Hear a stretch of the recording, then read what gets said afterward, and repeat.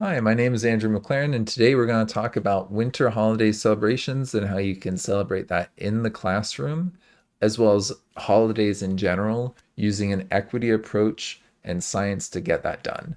Because it's really honestly, when we're talking about holidays, when we're thinking about why these are special, they there's a lot of different like explanations for why that time is special, but it's a day that every year or around that time in the year, there's some sort of traditions and marking of that time so that each year, your descendants are doing similar things to what your ancestors did, and they are connected to what they knew and learning from that. So there's a lot of things that we can learn from these holidays and these stories. And so there's a lot that we can bring into the classroom, but we don't want to do so in a way where it feels kind of exclusive. And I see a lot of posts in the Facebook groups I'm in of these like chemistries. I've heard of like mole noras and some other names, which some people might find fun, but others would find offensive. So I'm hesitant to use those names in class, and they're not really authentic to the holidays, which we can do in the classroom. It's totally doable. But basically, we need to make sure we approach this through like where does keeping track of time come from, which has to do with like solstices and equinox. And so I make that a big part of when I'm teaching science, just teach them what a solstice and an equinox is. And then around December break, if we're still in school, I'm gonna put that on the board, like happy solstice, and then talk to them a little bit about that being the shortest day of the year and what that scientifically means. And I'll show you a little bit of some resources that you can use to kind of get inspired about how you could talk to them about that in just a minute. But you want to basically show them different cultures and how they used math and geology to keep track of time. And it's pretty remarkable, actually. Um, I'll show you some examples soon.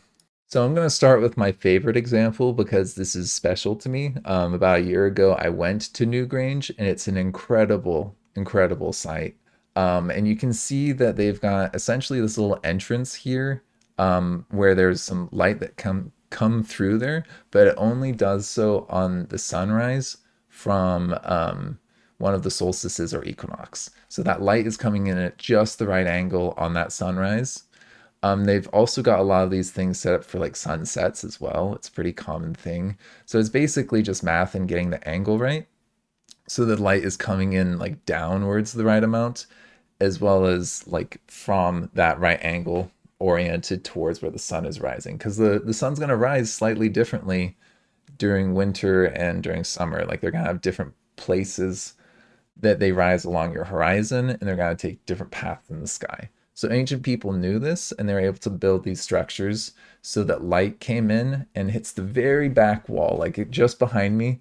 They don't allow cameras in here, so there's not many photos of it, but there's this little antechamber with three chambers, and the light hits that very back wall in this like perfect little triangle. It's just incredible. So these things are really, really cool to see.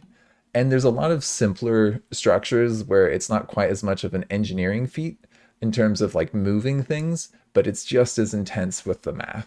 So there's a mound in Ohio called the Serpent Mound.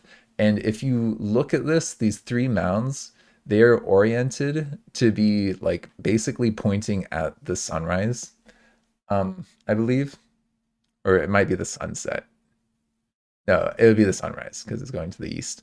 So basically, the sun comes up, and if you're standing at this one point, you can kind of say like, "Oh, we're at the solstice. We're at the equinox. We're at the solstice." So you can end up having those points of time where you can see the sun rising and essentially know where you are in the time of the year. And these holidays ended up lining up with these solstices and equinoxes. There was something special about the longest day and the shortest day and the most average day. And so people would celebrate that. So you see a lot of holidays around December, because that's when we have our, if we go back to this slide, December 2020 through 22nd is around the shortest day of the year. So that's going to be your winter equinox. And people were able to track this on the horizon and say like, oh look, the sun's over there. It's gone as far left as it's gonna go. Now it's gonna start coming right. And so there's other people who did this not just in North America, but in South America and all across the world. Like there's sites like this literally like probably on every single continent there's something like this. Um, and then there's this one that's just pretty popular right now because it showed this hill as like a series of structures or grooves built into it. And you can see like, oh, in the December solstice, the sun's gonna rise over there from the observation points. And the equinox is right in the middle. So this is kind of close to the equinox. It maybe is a little bit closer to the summer solstice. So it's like summer turning towards the autumn, or possibly going towards summer from spring. You know, you don't really get the direction from just the picture, but you get that from like the context of the days before and afterwards, right? So people all around the world have noticed that the sun rises at different points along the horizon if you're standing at the same point. And they built all kinds of structures to figure out how to make this a reliable instrument for measuring days and times. And then it's like, okay, well, we're in the shortest day of the year. That's a pretty special day. We're going to mark that and have some sort of celebrations around that. And also, hey, it makes it easy to know when you're there at that day as well, right? There's also something to consider is that a lot of buildings will use solar alignment, and sundials, they use the same principle. So they're using like sun coming in at a certain angle to give you time readouts. So we can use this so that the light only comes in from a window at a certain time of day on a certain day and hits a certain like altar or something. And that's a pretty common thing that people will use in religious buildings to be like, hey, look, on this special day, the site is that much more illuminated and that much more beautiful. And it's special, right? And I find that really interesting myself. Geometry that we have mastered using that one light source to illuminate a space on a special marking of time. There's another thing called Stellarium, which I want to show you, which I would definitely recommend you check out and show it with kids.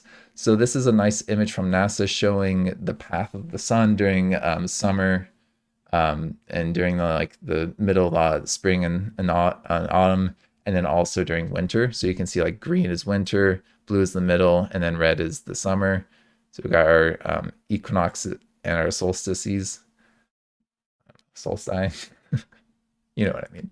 So there's a really great program called Stellarium. It's an open source free program. I'll have it linked in the description, but basically it lets you look at the night sky from anywhere on Earth at any time. So you can get this, we're going to speed this up a little bit, maybe not quite that much.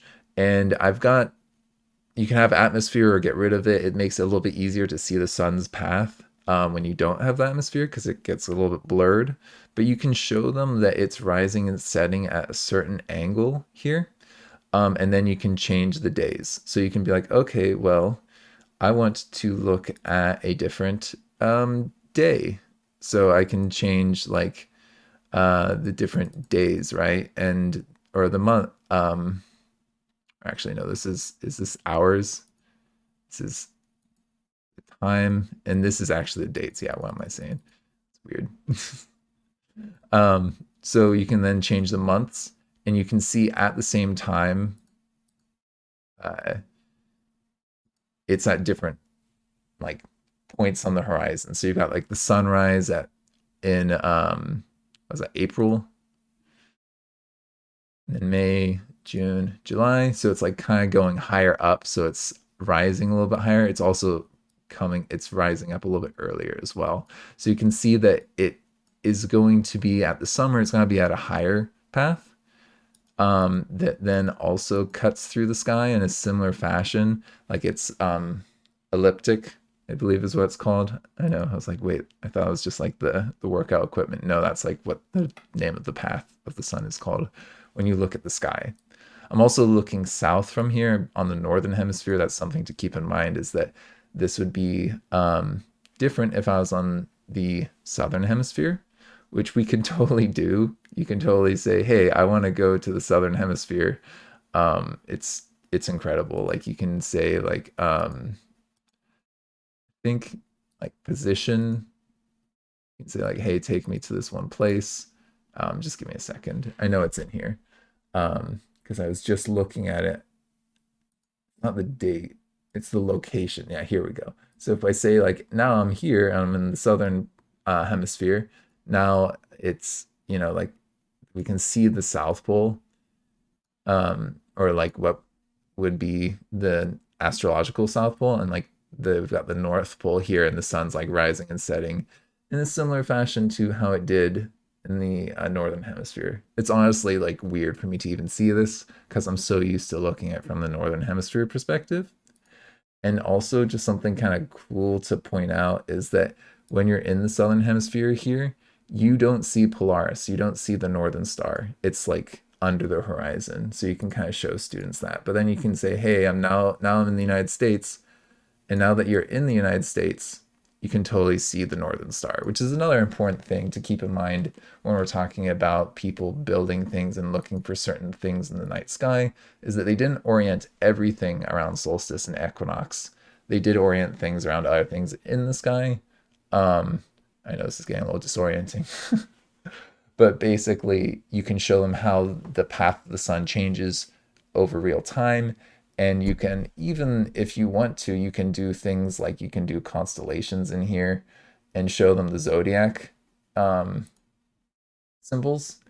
And it's pretty incredible how you can then have like all these different constellations up here that then you can then point out and show them like, hey, all of your signs, they come from uh, basically the path of the sun. This ellipse is it's kind of cool, but you can see like all of these guys that are relevant for our pantheon of the zodiac signs. Those end up being, where is it? Let's get rid of this. And yeah, I might need a second to find it. All right, so I figured out that if you end up doing the lines and the labels, that's going to probably be the format that most people are familiar with. And you can see like right now the sun is behind Gemini and the whole night sky is kind of spinning with it. And if you look along the elliptic of the sun, that's basically the stars that are in the solar system's plane. So they're all like, those are your zodiac signs like Sagittarius, um, and a couple other ones in here. Virgo, I saw right there. Aquila, right? Pisces. All that stuff is very close to the sun and the path that it takes through this night sky. Um, and basically at different seasons, it's kind of cool, but you can see it a little bit better here if I just switch the dates. Let's just pause that. But the sun is actually kind of like, because we're going around the sun, stars that are behind the sun kind of change throughout the year. So that's kind of like the sun is right now lined up with Gemini, but now it's no longer with Gemini, it's near Leo and Cancer, right? Or Virgo, that kind of stuff. So you can see that the signs, they kind of come from where the sun is in the night sky and the constellations that line up with that, because ancient people thought those were special as well and would mark the times of year, not just by these solstice and equinox, but which constellations the sun was essentially behind, because they could, you can't see things during the nights there, during when the sky's filled up with light and you've got that atmosphere. Like, you can't see what's behind it. You can't see these lines, right? But ancient people, they had their star maps and they knew what was behind the sun. And they actually, if you look at some of these carvings, like there's one, I think in Malta, where they actually put the sun where its position is relative to these stars on a certain day to tell you about that day, to mark that day. It's kind of interesting, right? Pretty cool. Thank you for McLearning with me. Before you go, please check out the following services that I offer with my business.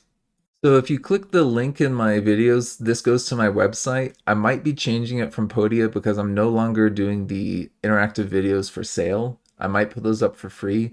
But most of my other services are linked here. So you can see that I've got like a Teachers Pay Teachers and a Wyzant. The Teachers Pay Teachers has a lot of my assessments that I have for like the NGSS, as well as lessons that I made when I was actually a teacher in the classroom. So I've got quite a few things like CERs and other things on there. If you want to get one-on-one live support from me, either like with science or like working on like teaching support lessons and that kind of stuff, you can sign up through Wyzant. I have a link to there where you can contact me there, and we can schedule hourly appointments. And I've got a few other things on here like a Facebook page, and other social media. And if you're interested in getting professional development with me for like a team of teachers, a whole page with information on that. So yeah, feel free to check that out. Thank you.